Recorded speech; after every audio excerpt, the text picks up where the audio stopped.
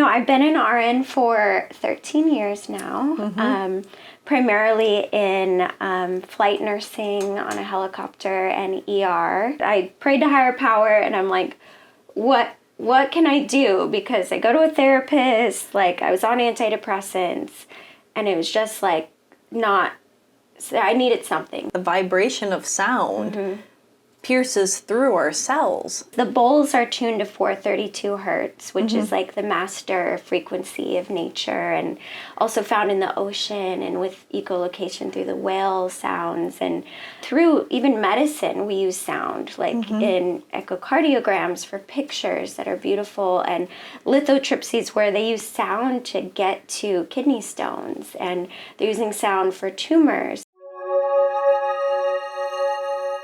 I've done a lot of talk therapy and traditional therapy, and the thing that worked for me really well was this very subconscious, holistic modalities through sound, meditation, mindfulness, plant medicine. More recently, I transitioned to pediatric cardiology. So wow, so it's a very, very heavy. That's as intense as it gets, right? It's really, yes, and you know what? It's not an accident. I had a very traumatic, tumultuous growing up and childhood. So I was attracted to these chaotic environments, even relationships, and and as through nursing, I've been able to heal that, and I was attracted to that, like adrenaline and that amped up all the time, and so it was a lot of healing for me. But in contrast, in the duality of it, and through my own healing, I've done a lot of talk therapy and traditional therapy, and the thing that worked for me really well was this very subconscious, holistic modalities through sound, meditation, mindfulness, plant medicine.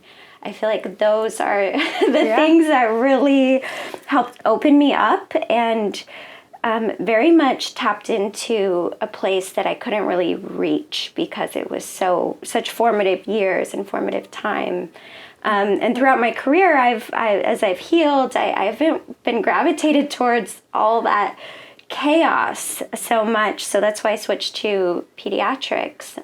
It's still intense, but it's more in alignment with my healing and my nervous system and what I want to do. So that's how I got into sound healing. I would, meditate. Sound healing would be just a part of my practice. Like I would need to go maybe twice a week. Wow, that's beautiful. But it's also, something to point out, which but to stress on that is to look at, you were attracted to all of that high adrenaline type of, and where you found your healing was literally its opposite. So I have 2 kids, and I feel like I was more or less forced into having to change my coping mechanisms. I prayed to higher power, and I'm like, what can I do? Because I go to a therapist, like I was on antidepressants, and it was just like so I needed something. So I started reaching for different modalities, and I did ayahuasca and had a beautiful experience. It's scary, but it was beautiful in retrospect. You enjoying this so far? Did you forget to subscribe? Make sure to do so. It takes 2 seconds. Just press that little button, the red one. You know the one. Just press it, little like. All right, enjoy the rest of this content. It's no bad trip. So it switched something for me. And I just started leaning into the more holistic side of things and meditating. And it is a practice. And I leaned into sound. My friend went to this sound bath, and I was like, what is that? Because even when speaking to the subconscious when I was younger, I'd hear a song and I'd just start crying, or I have this feeling. Yeah. And I was like, let me lean into music, because music is so integral for all of us, and it's across all board. Like if we don't speak the same language or culture, it's a very understood. Even if you're listening to music that's foreign, you can feel the intention behind the words in a language that you don't know. Yeah, definitely. My husband is from India, and we're Sikh, and we go to the Gurdwara, and all their hymns, I would think of them as hymns, I guess. I don't know if they're called that, but it's all chanting and music, and you go in and it's like just this calmness. It's just calm, and you sit on the floor. So it's like across cultures, it just really speaks so much. And I also got into facilitating somatic experiencing for clients, because that's what helped for me a lot too, because we hold so much trauma in our bodies, and it's hard to navigate like the fight or flight system,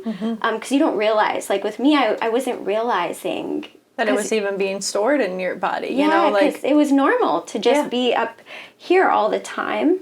So that's why when I can switch into the parasympathetic, like you said, the complete opposite, it was so like, wow, this is really nice. You're like, what is this? Yeah, it was so nice, and it would just carry me, like, and so I said, I need to do this. This is my calling. And as a nurse, I was actually going to go into psychiatric nurse practitioner. I was in the program, and it was before the pandemic, and I really thought about it, and I said, I don't want to prescribe medicine. I'm really drawn to the psychiatric component and the mental health, and we've kept mind and body separate for so long. So I had this awakening where I said, I want to do a more holistic path. Had you heard of sound baths before? I knew that, like, it's a very ancient, like in traditional medicine, and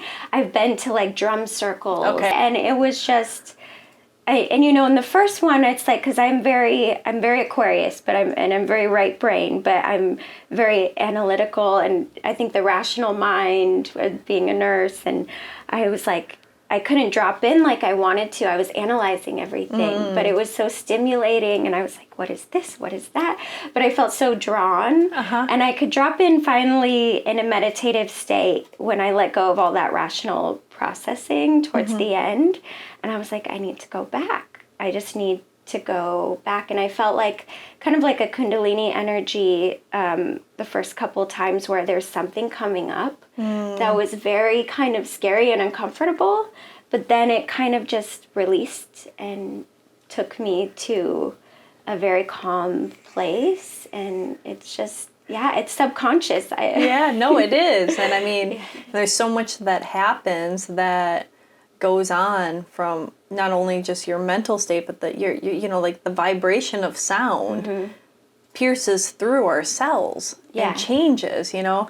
I still remember one day somebody showed me a video on YouTube where somebody was playing musical instruments and they had sand down, and it would form these amazing patterns. Have you ever seen that? Yes, I've seen so that. they play different and it's like these patterns that just go from the vibration of sound, and they look just like the most beautiful, like snowflakes made, you know, but it just formed naturally. And it's like, well, what is that doing to us physically? The bowls are tuned to 432 hertz, which is like the master frequency of nature, and also found in the ocean and with echolocation through the whale sounds. And through even medicine, we use sound, like in echocardiograms for pictures that are beautiful, and lithotripsies where they use sound to get to kidney stones, and they're using sound for tumors. If you like this content, make sure that you like, subscribe, and comment below. And we also have an amazing link right there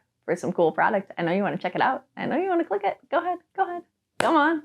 You can do it. All right, until next time, have a beautiful, blessed day.